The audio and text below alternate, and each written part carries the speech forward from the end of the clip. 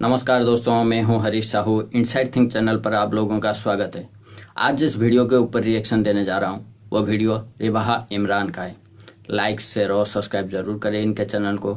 और जो वीडियो का टाइटल है Tata empire versus Pakistan economy, यहाँ पर पूरा एक कंपनी टाटा ग्रुप के साथ पाकिस्तान का पूरा इकोनॉमी के साथ कंपेयर किया गया है। चलिए देख लेते हैं वीडियो।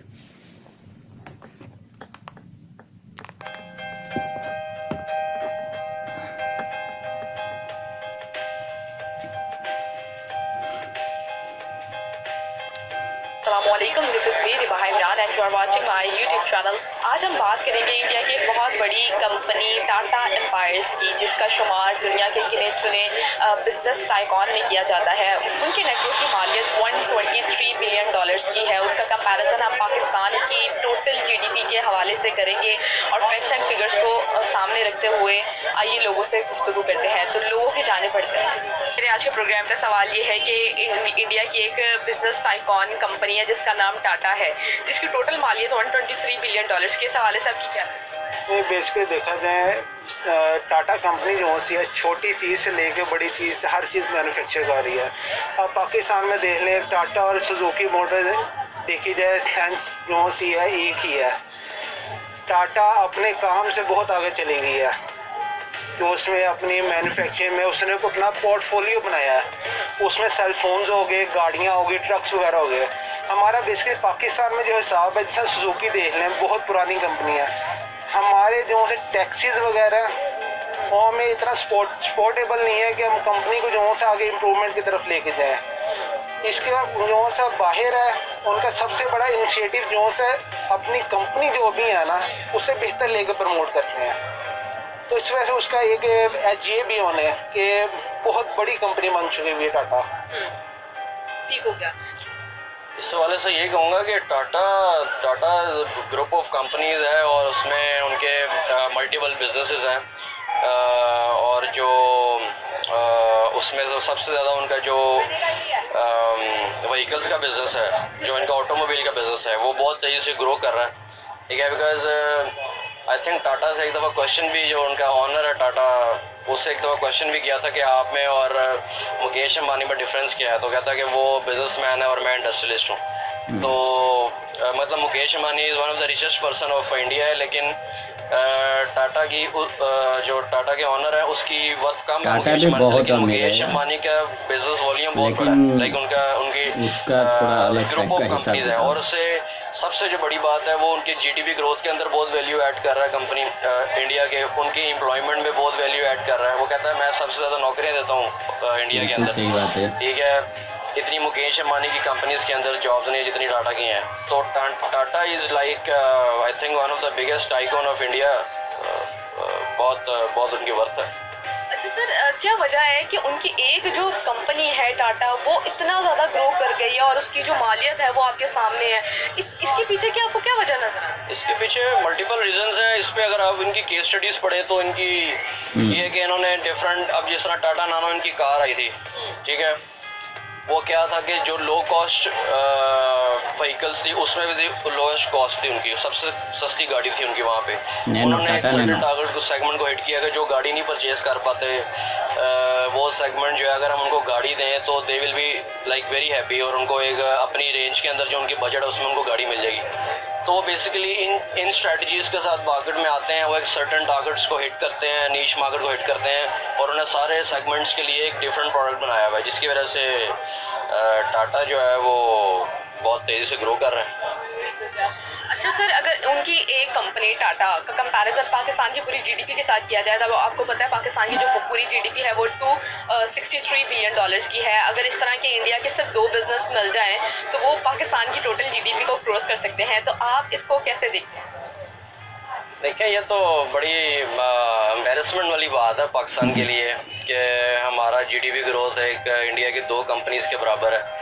और उसकी सबसे बड़ी मेन वजह ये है कि हम आहिस्ता आहिस्ता इंपोर्ट कंट्री बनते जा रहे हैं। अब बल्कि बनते क्या जा रहे हैं, हम इंपोर्ट कंट्री हैं। हम थर्ड वर्ल्ड कंट्री में इसलिए आते हैं कि हमारा फोकस है इंपोर्ट्स की तरफ।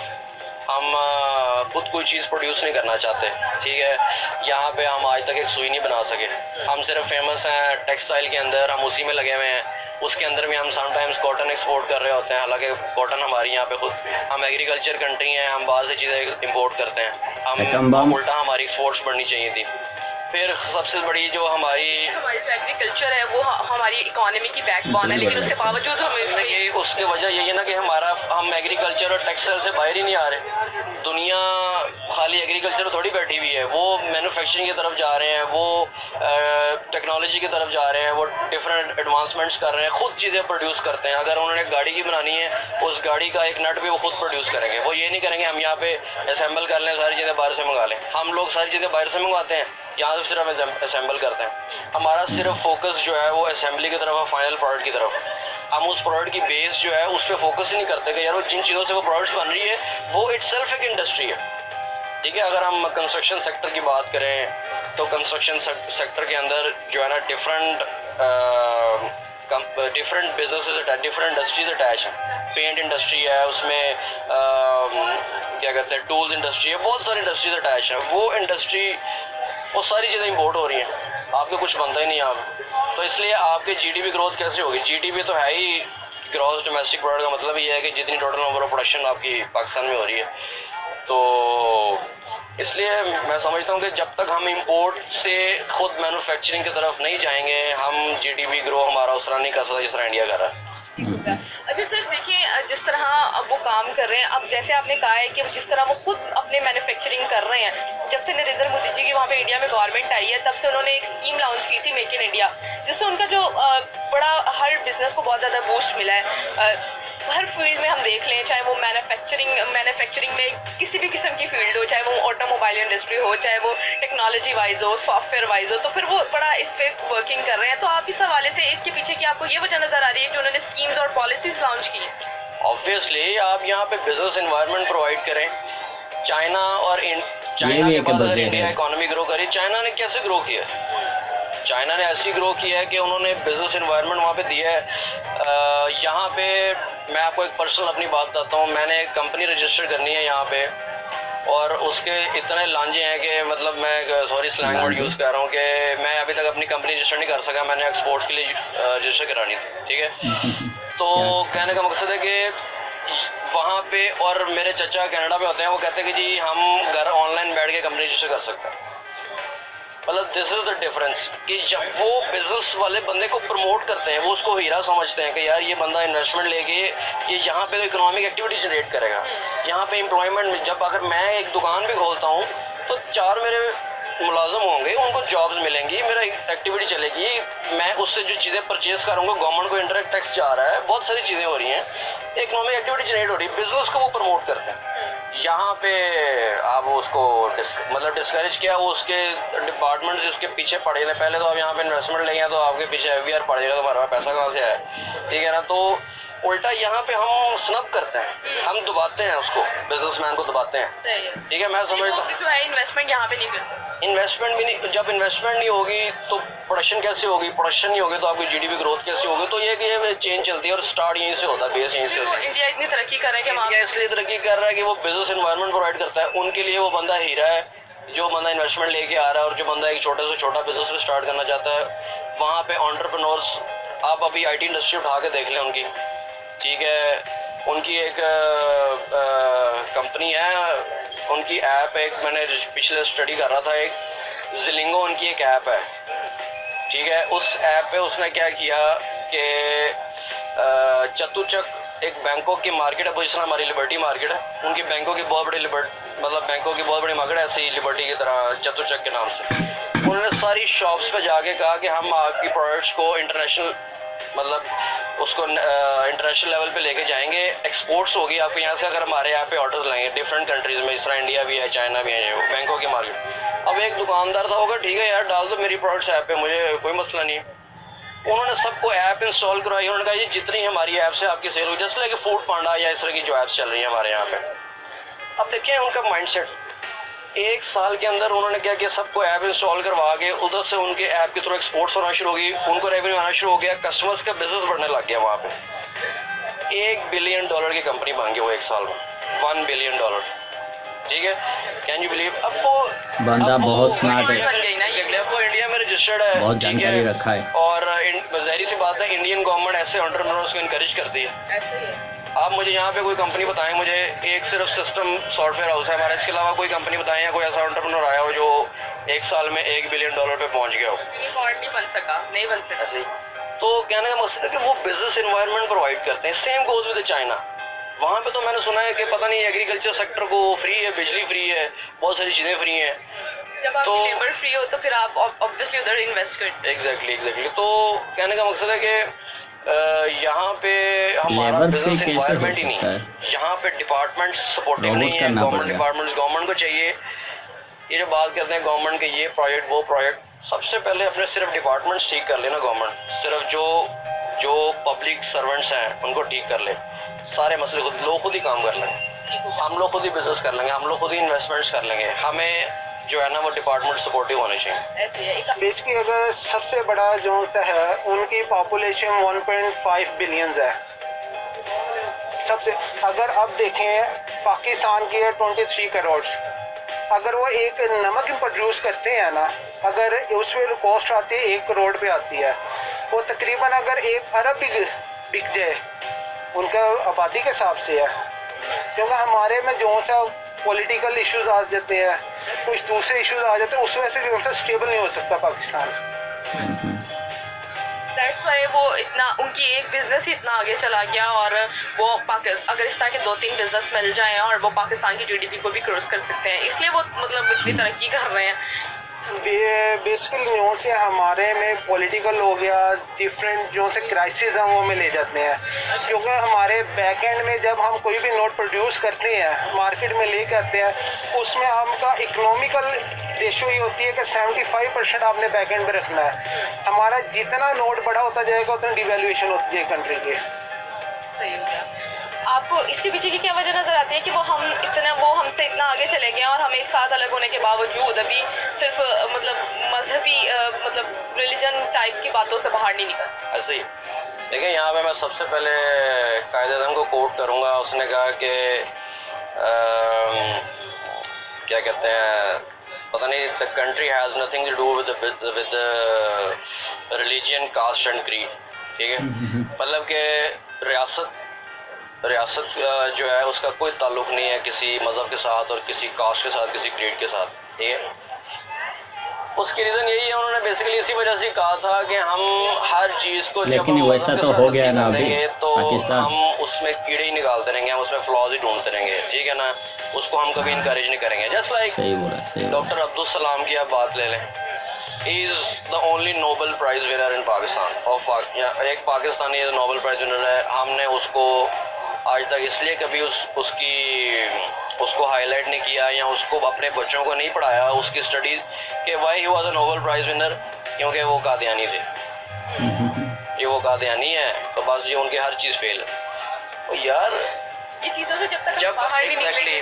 क्या आप मुझे एक बात बताएं, यहाँ पे जब फेमस हुई थी अपने सॉफ्टवेयर बनाने की वजह से, तो बिल गेट्स से उसको वहाँ बुला लिया, उसको पैसे दिए, पता नहीं कितने पैसे दिए, और क्या तो खैर उसकी डेथ हो गई है। लेकिन जब वो अपने अरूज पे थी तो बिल गेट्स ने ये नहीं सोचा कि यार शी इज़ अ मुस्लिम, तो मैं इसे क्या सीखूंगा, ये तो है ही पागल, ये तो है ही, ये तो मुसलमान है, तो ये है वो है, मैंने इसे क्या सीखना है। ठीक है, वो टैलेंट को, दुनिया ऐसा नहीं है भाई, को इनकरेज करते हैं, उसको रिलीजन से वो रिलेट ही नहीं करते। वो कहते हैं जहाँ से ज्ञान मिल रहा है भाई ले लो, इससे आप ग्रो करो, इससे आगे लेके चलो। मैं हमेशा एक बात करता होता हूँ, अगर आप अच्छे इनोवेटर नहीं है ना लाइफ में, तो आप अच्छे फॉलोअर बन जाए। If you are not a good innovator, you should be a good follower. किसी इनोवेशन चीज़ को फौरी अडॉप्ट करो, आप अपडेटेड रहोगे, आप दुनिया के साथ तरक्की करोगे। बिल्कुल। मैं आज AK-47 के सामने तलवार लेके निकल जाऊंगा मारने के लिए, तो वो मुझे दूर से शूट करेगा और बस खत्म। मैं कहूँगा जी नहीं जी, मेरे अबाओ अजदाद ने जंगे तलवारों पे लड़ी हैं और मैं उर्तुगरुल देख रहा हूँ बड़ा, मेरा तो इस पे बड़ा कंसर्न है। मैं उर्तुगरुल मैंने आज तक नहीं देखा। ठीक है ना, वाई वो यार लाइक हमें हिस्ट्री पता नहीं, अच्छी बात है, लेकिन हम अपने बच्चों को ये सिखा रहे हैं कि जी नहीं जंगे ऐसे होती हैं, प्लानिंग ऐसे होती है, फाइन। अब मुझे बताएं टेक्नोलॉजी की कहाँ पे बात हो रही है। ठीक है, यहाँ पे मुझे याद है हम बचपन में सुना करते थे कि जी ये जब नया नया स्पीकर आया तो कहते हैं स्पीकर हराम है। आपको याद होगा स्पीकर हराम है। अब ये जितने मस्जिदों में सब जगह स्पीकर लगे हुए हैं, स्पीकर के बगैर उनका बयान ही नहीं होता, कोई एक वो जलसा नहीं कर सकते स्पीकर। तो कहने का मकसद है कि हम लोग हराम हलाल के चक्कर में इतना वो कॉम्प्लिकेट किया हुआ चीज़ों को कि हम दुनिया के साथ इसलिए ग्रो नहीं कर पा रहे। हम थर्ड वर्ल्ड कंट्री इसलिए हैं। ऑल तो अभी भी हम बहुत सारे मुल्कों से बहुत अच्छे हैं और यहाँ पे टैलेंट जो है कूट कूट के भरा हुआ है। ठीक है, मैं अब अपनी तारीफ नहीं करना चाहता लेकिन कहने का मकसद है कि हम लोग पीछे इसी वजह से हैं। हम लोग एंटरप्रेन्योर्स को, टेक्नोलॉजी को ना अडॉप्ट करते हैं ना फॉलो करते हैं, और सबसे बड़ी बात हम चेंज रेजिस्ट करते हैं। हमेशा एक बात मेरी बड़ी मैं अपने आप में ये मैं अडॉप्ट करता हूँ, मेरे लोगों के लिए भी फ़ायदेमंद वाली बात है, चेंज को एक्सेप्ट करें। ये चेंज इमरान खान वाला चेंज नहीं, लेकिन ये चेंज मतलब चेंज का मतलब ये है कि जो भी एडवांसमेंट्स आती हैं, टेक्नोलॉजिकल एडवांसमेंट्स आती हैं, उसको अडॉप्ट करें, उसको एक्सेप्ट करें।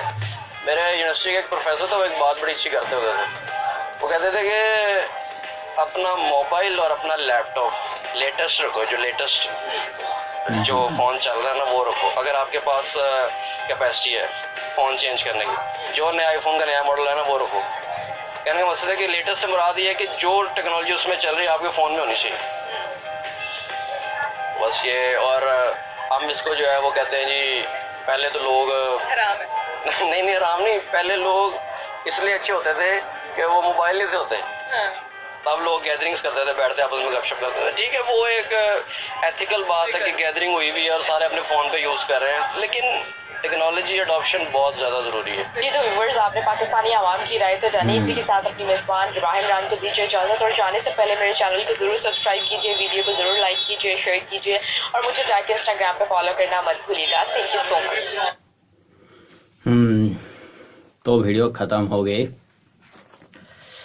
ये जो रेड टी शर्ट वाला था ना, इसके बाद पर पूरा का पूरा मैं सहमत हूँ, इसलिए मैं पाकिस्तान के बारे में कुछ नहीं बोलूँगा, क्योंकि जितना भी वीकनेस था पाकिस्तान का, हम लोग यहाँ से इतना अच्छा नहीं समझ पाएंगे जितना वो समझ पाया, और बोला भी है जो भी वीकनेस था है जिसके वजह से ग्रो नहीं कर पा रहा है पाकिस्तान, वो सारे वीकनेस शायद उसने बोल दिया है।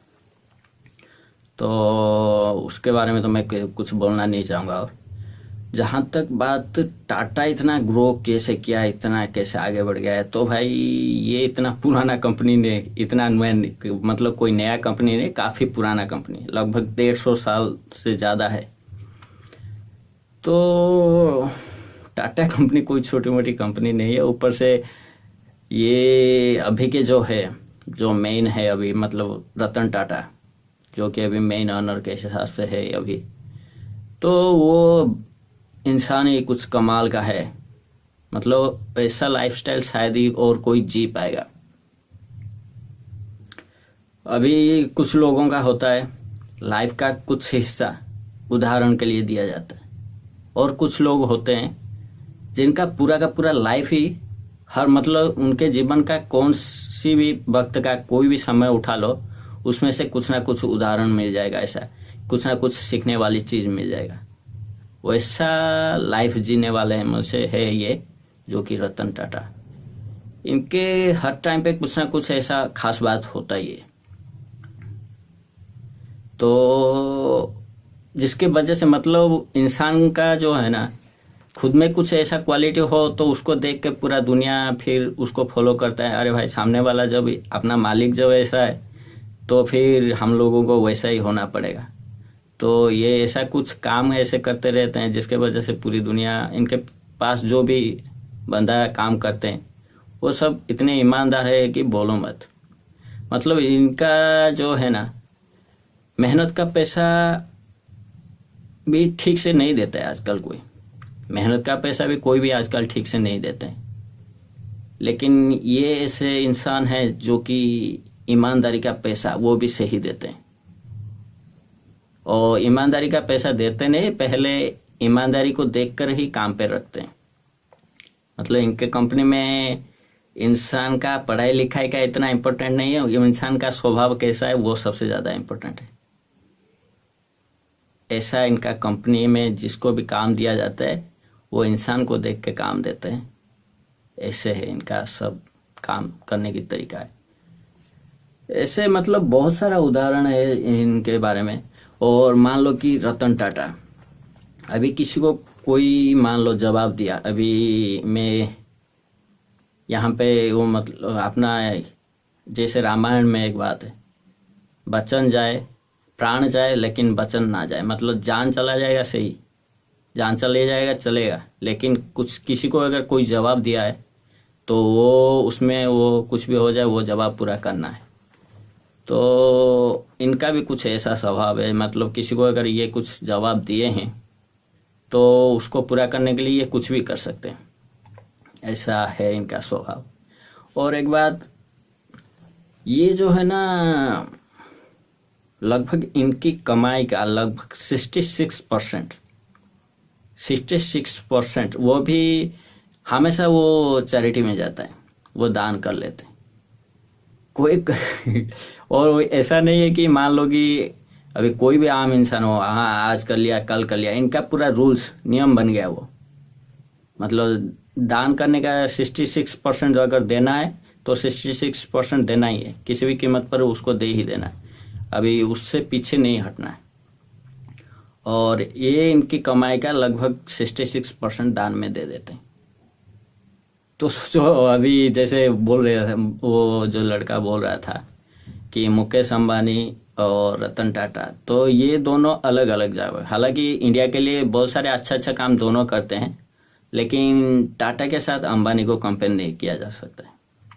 पैसों में एशिया का नंबर 1 है, हो सकते हैं वो, लेकिन इंसान के हिसाब से मैं ये नहीं कहता हूँ कि अंबानी कोई बुरा इंसान या ऐसा कुछ नहीं बोलता हूँ, वो भी बहुत अच्छे हैं, बहुत अच्छा काम करते हैं, उनकी कमाई का पैसा वो अपने हिसाब से खर्चा करते हैं, उसमें कोई ऐसे बोलने वाली बात नहीं। लेकिन रतन टाटा का एक इंसान का कुछ अपना एक अंदाज होता है, वो अपने हिसाब से जीते, जिसको शायद ही कोई जी पाएगा। अभी कमाई का 66% दान कर लेते हैं और वो भी लगातार, मतलब जब भी हो देखो तो वो उतना दान करते ही रहते हैं। तो वो उनका वैसा नियम है, वो करते रहते हैं, मतलब। और सिर्फ इंडिया में इनका ऐसा नहीं है, वो जहाँ पे भी गए हैं, जिधर भी मान लो इंडिया में जो काम करते हैं, इंडिया के पब्लिक को फायदा है। बाहर भी बहुत सारा कंट्री इनका बाहर है, पूरी दुनिया में फैला हुआ है।